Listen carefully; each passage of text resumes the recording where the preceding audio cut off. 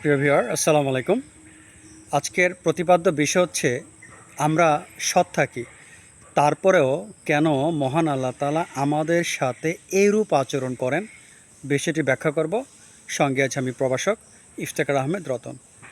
আমরা সৎ থাকি, আমরা ধর্মীয় অনুশাসন মেনে চলি, আমরা কারো ক্ষতি করি না, আমরা কারোর সাথে চিটিং করি না, বাটপাড়ি করি না, আমরা সৎ পথে থাকার চেষ্টা করি, অনেস্টলি আমরা জীবনযাপন করি এবং অনেস্ট ওয়েতে এবং সৎ পথেই আমরা আয় রোজগার করি।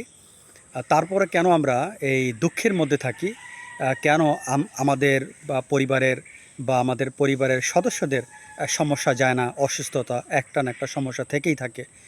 আমরা কষ্টে জীবনযাপন করি, অর্থনৈতিক উন্নতি হচ্ছে না, সৎভাবে চেষ্টা করছি, ধর্মীয় অনুশাসন মেনে চলছি, কিন্তু আমাদের উন্নতি হচ্ছে না, কষ্ট থেকেই যাচ্ছে। ফ্যামিলিতে অভাব, এদিকে রোগবালাই, এগুলো আছেই। অন দ্য আদার হ্যান্ড আমাদের প্রতিবেশী দেখা যায় তারা ডিসঅনেস্ট, তারা অসৎভাবে টাকা পয়সা আয় করে, তারা অনেক ধনী, লোকেরা তাদেরকে শ্রদ্ধা করে, আরামে জীবনযাপন করে, তারা কত না ভালোই আছে, আর আমাদেরকে মানুষ ভয় পায়। কেননা আমরা গরিব, হয়তো টাকা পয়সা চেতে পারি, সেই ভয়তে তারা আমাদের কাছে আসে না। তো মহান আল্লাহ তাআলা কেন আমাদের সাথে এরূপ আচরণ করেন, এইটির একটু ব্যাখ্যা নিয়ে আলোচনা করব। তো আসলে বিষয়টি একটু জটিল যে আমরা ভালো থেকেও কেন এই রকম দুঃসহ জীবনযাপন করছি। তো আপনারা একটা জিনিস জেনে রাখবেন যে আমরা যে কষ্টের মধ্যে আছি, আমরা সৎভাবে থাকি, তারপর আমরা কষ্টের মধ্যে আছি, এটি শুধু আমাদের ক্ষেত্রে নয়, এটি আপনারা সাহাবীদের জীবনে পাবেন। আপনারা যদি মহানবী সাল্লাল্লাহু সাল্লাম, মা ফাতেমা, হজরত আবু বকর, হজরত উমর রাদিয়াল্লাহু আনহু, হজরত আলী রাদিয়াল্লাহু আনহু, এরকম অনেক সাহাবী আছেন, ওয়াইস করণী রহমতুল্লাহ আলাইহি, অনেক অনেক সাহাবী আছেন যারা অসাধারণ কষ্টে জীবনযাপন করেছেন। হজরত উমরের জীবনযাপন আপনারা জানেন যে তার পরিবারে কিন্তু অভাব লেগে থাকতো, তিনি মাদুরে ঘুমাতেন, ছেঁড়া কাপড় পরতেন। তো হজরত আবু বকর, তারও কিন্তু অভাব অনটন ছিল। আমাদের মহানবী সাল্লাল্লাহু আলাইহি ওয়াসাল্লাম কিন্তু অনেক কষ্টে শৈশবকাল অতিক্রম করেছেন, তিনি অনেক কষ্ট করেছেন। তারা তো মহান আল্লাহ তাআলার সবচেয়ে প্রিয় মানুষ, তাদেরও কিন্তু এই কষ্ট যায়নি। তারা দুনিয়ার সবচেয়ে শ্রেষ্ঠ ব্যক্তি, তাদেরও কিন্তু কষ্ট যায়নি, তারাও কিন্তু কষ্ট করেছেন। আপনার এরকম অসংখ্য সাহাবীদের জীবনী আছে যারা দুনিয়াতে কখনো আরামে থাকেননি।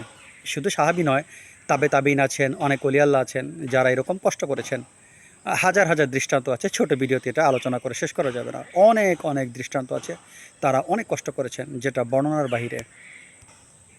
স্বাভাবিকভাবেই একটি প্রশ্ন দাঁড়ায় যে কেন তাদের অভাব ছিল, বা কেন আমরা অভাবে আছি, আল্লাহ কেন তাদের অভাব দূর করলেন না, করলে কি সমস্যা ছিল? তারা তো আরামেও জীবনযাপন করতে পারতেন। তো এখন আমি আপনাদের এই প্রশ্নের জবাবটা দিব যে কেন এই আমরা সৎ থেকেও এই সমস্যার মধ্যে আছি, আল্লাহ পাক কেন আমাদের ভাগ্য পরিবর্তন করছেন না, এটার কারণটা কি। তো আমি একটা ঘটনা আলোচনা করব। আপনারা জানেন 2020 সালে সারা বিশ্বে করোনা ভাইরাস হয়েছিল। এই করোনা ভাইরাসের সময় আমরা কিন্তু দেখেছি যে মানুষ স্যানিটাইজেশন ব্যবহার করত, তারপরে মাস্ক ব্যবহার করত, হাতে গ্লাভ ব্যবহার করত, পুরো শরীর ঢেকে তারা বাইরে বের হতো। বাসায় আসার পরে গোসল করে তারপর ফ্যামিলির সাথে মেলামেশা করত, তারপর হ্যান্ড ওয়াশ দিয়ে হাত ধুইতো। তারা কিন্তু অনেক প্রোটেক্টিভ মেজার্স, তারা অনেক প্রতিরক্ষামূলক ব্যবস্থা গ্রহণ করত। কেন? যেন করোনা ভাইরাস তাদেরকে আক্রমণ করতে না পারে। আমাদের সবার ভিতরে একটা এরকম ইনভিজিবল জার্ম আছে, একটা অদৃশ্য জীবাণু আছে। এটা করোনা ভাইরাসের চাইতে হাজার হাজার গুণ ডেঞ্জারাস। এই জীবাণুটার নাম হলো দুনিয়ার মায়া বা দুনিয়ার ভালোবাসা। এই দুনিয়ার মায়া বা দুনিয়ার ভালোবাসা, এটা এমন একটা জীবাণু যেটা চোখে দেখা যায় না, এটা মানুষের অন্তরে অবস্থান করে। মৃত্যুর আগেই আপনাকে এই জার্ম, এই জীবাণুকে দূর করতে হবে। আপনি যদি এই দুনিয়ার ভালোবাসা নিয়ে মৃত্যুবরণ করেন, আপনাকে কিন্তু মহান সমস্যার সম্মুখীন হতে হবে। আপনি কিন্তু ব্যস্ত যেতে পারবেন না। ব্যস্ত যাবেন শত শত হাজার হাজার বছর, আপনি দোজকে শাস্তি পাওয়ার পরে এই দুনিয়ার প্রতি ভালোবাসা থাকার কারণে তারপর আপনি ব্যস্ত যাবেন। যেহেতু আপনি অনেক কষ্ট করেছেন, হাজার হাজার বছর শাস্তি পেয়েছেন, তারপর আপনাকে ব্যস্ত দেওয়া হবে শুধুমাত্র একটা কারণে, আপনার প্রতি আপনার কাছে, আপনার হৃদয়ে দুনিয়ার প্রতি ভালোবাসা ছিল। এই দুনিয়ার প্রতি ভালোবাসা থাকলে আপনি কখনোই মহান আল্লাহ তাআলার নৈকট্য অর্জন করতে পারবেন না।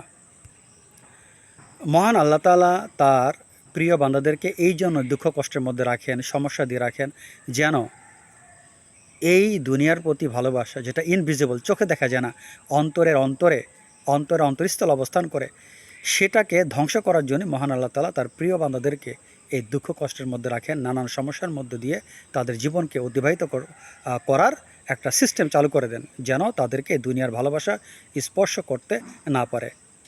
যেমনটা করোনা ভাইরাসের কথা বললাম, যে করোনা ভাইরাস থেকে বাঁচার জন্য আমরা কত ব্যবস্থা গ্রহণ করতাম, ঠিক মহান আল্লাহ তাআলা এই প্রাকৃতিকভাবে আমাদেরকে সিস্টেম করেছেন যে আমাদের হৃদয়ের মধ্যে যেই দুনিয়ার প্রতি ভালোবাসা আছে সেটাকে দূর করার জন্য তিনি এইভাবে তার প্রিয় বান্দাদেরকে অনেক কষ্টের মধ্যে রাখেন, সমস্যার মধ্যে রাখেন, যেন এই দুনিয়ার প্রতি তাদের ঘৃণা জন্মায়, এই দুনিয়ার প্রতি তাদের কোনো ভালোবাসা না থাকে। মানুষ যখন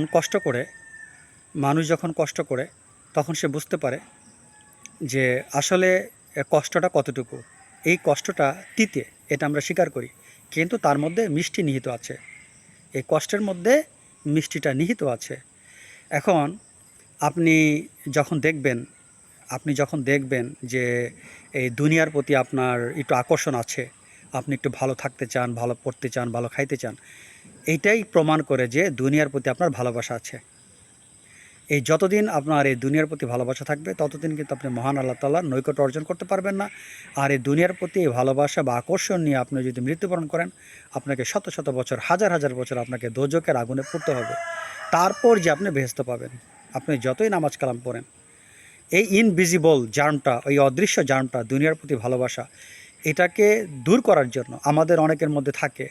হ্যাঁ, যেমন ধরেন ফর এক্সাম্পল আমার কথা বলছি, হ্যাঁ, যে দেখা যায় আমার মনের ভিতরে দুনিয়ার প্রতি ভালোবাসা আছে, সেটা অদৃশ্যভাবে আমি ধরতে পারছি না যে ভালোবাসার আছে কিনা। এটা আমি ধরতে পারবো কখন জানেন? যখন আমার একটা বিপদ আসবে, যখন ধরেন একটা শারীরিক সমস্যা হলো, আমার একটা অসুখ হলো, আমার যখন একটা বড় অঙ্কের টাকা চলে যাবে, তখন আমি দুঃখ করব, হায় আমার ব্যাংক থেকে কতগুলো টাকা চলে গেলে অসুস্থতার জন্য। তখন আমি বুঝতে পারবো এই টাকার প্রতি আমার লোভ ছিল, দুনিয়ার প্রতি আমার ভালোবাসা ছিল, যার কারণে আমি আফসোস করছি। এইভাবে মহান আল্লাহ তাআলা তার বান্দাকে পরীক্ষা করান যে তুমি দেখো দুনিয়ার প্রতি তোমার ভালোবাসা আছে কিনা। মুখে বললে হবে না, কারণ আপনি যখন একটি সমস্যায় পড়বেন তখনই আপনি বুঝতে পারবেন যে দুনিয়ার প্রতি আপনার ভালোবাসা আছে কিনা। আপনার সম্পদ চলে যাচ্ছে, আপনার টাকা চলে যাচ্ছে, তো তখন যদি আপনি টাকার জন্য আফসোস করেন, সম্পদের জন্য আফসোস করেন, তখনই আপনার রোগটা ধরা পড়বে। আপনার এই অদৃশ্য জীবাণুটা আপনার সাথে ছিল, আপনি ধরতে পারেননি। যখন একটা সমস্যা পড়েছেন, আপনার পকেট থেকে টাকা চলে গেল, আপনি টাকার জন্য অনুতাপ করছেন, তখনই আপনার বুঝতে হবে 100% আপনার হৃদয়ে দুনিয়ার প্রতি ভালোবাসা ছিল। যখন আল্লাহর প্রিয় বান্দারা এরকম সমস্যায় পড়ে, তখন তারা নিজেরাই বুঝতে পারে, হ্যাঁ দুনিয়ার প্রতি আমার ভালোবাসা আছে, যার কারণে আজকে আমি টাকা চলে গিয়েছে, যার জন্য আমি মনে কষ্ট পাচ্ছি। তখন সে নিজেকে কারেকশন করে ফেলে, তখন সে এটাই বলে যে বিপদ আপদ আল্লাহর তরফ থেকে আসে, এই রোগ বালাই আল্লাহর হুকুমই হয়। আমি সৎ পথে আছি, আমি সবসময় ভালোভাবে জীবনযাপন করার চেষ্টা করি, তারপরেও যেহেতু আমার রোগবালাই হয়েছে, এটা আল্লাহ পাকের হুকুমই হয়েছে। সো এতে আমার নিরাশ হলে চলবে না। আর আমি আমার পকেট থেকে টাকা চলে যাচ্ছে, আমি কষ্ট পাচ্ছি, সেটি আমার ভুল সিদ্ধান্ত। আল্লাহ পাক আমাকে বিপদ দিয়েছেন, তিনি রক্ষা করবেন, আমার টাকা যাক, তাতে আমার কোনো আফসোস নেই। এইভাবে আল্লাহ পাক তার প্রিয় বান্দাকে পরীক্ষা করান যে দেখো তোমার দুনিয়ার প্রতি তোমার ভালোবাসা আছে কিনা। তো এই ইনভিজিবল জীবাণুটাকে ধ্বংস করার জন্যই মহান আল্লাহ তাআলা আমাদেরকে এই রকম একটা, আমরা যারা সৎভাবে জীবনযাপন করি, আমাদেরকে তিনি এইভাবে পরীক্ষা করান। তো এখন হয়তো আপনারা বুঝতে পেরেছেন যে আমরা সৎভাবে জীবনযাপন করেও আমাদের কেন দুঃখ কষ্ট থাকে, সেটি আমাদের মঙ্গলের জন্যই। কেননা আল্লাহ পাকের সবচেয়ে প্রিয় বান্দা সাহাবা, নবী রাসূলরা কিন্তু কষ্ট ছিলেন। তার মানে আপনাদের বুঝতে হবে এই কষ্টের মধ্যেই আমাদের মঙ্গল নিহিত, যেটা আল্লাহ পাকই ভালো জানেন, আমরা সেটা জানি না। আমরা মূর্খ বিধে আমরা কমপ্লেন করি, অভিযোগ করি আল্লাহ পাক আমাদের কেন শান্তিতে রাখছেন না। আসলে আল্লাহ পাক আমাদেরই শান্তিতে রাখছেন, সাময়িক এই পৃথিবীতে কিছুদিনের জন্য বেঁচে থাকা, সেখানে একটু কষ্ট করলে অনন্তকাল আমরা ভালো থাকব। এটা ভেবেই আল্লাহ পাক আমাদের জন্য এই সিস্টেমটা চালু করেছেন, যেন আল্লাহর প্রিয় বান্দা যারা, তারা যেন দুনিয়ার ভালোবাসায় কখনোই নিমগ্ন না হয়, তাদেরকে এইভাবে পরীক্ষার মধ্য দিয়ে তাদেরকে জীবনযাপন করতে সহায়তা করেন। তো আজকের ছোট ভিডিওতে হয়তো আপনারা বুঝতে পেরেছেন যে কেন আমরা দুঃখ কষ্টের মধ্যে থাকি। আল্লাহ পাক আমাদের মঙ্গলের জন্য এটি করেছেন। তো প্রিয় ভিউয়ার, আজকে এখানে শেষ করছি। সবাই ভালো থাকেন। আল্লাহ হাফেজ।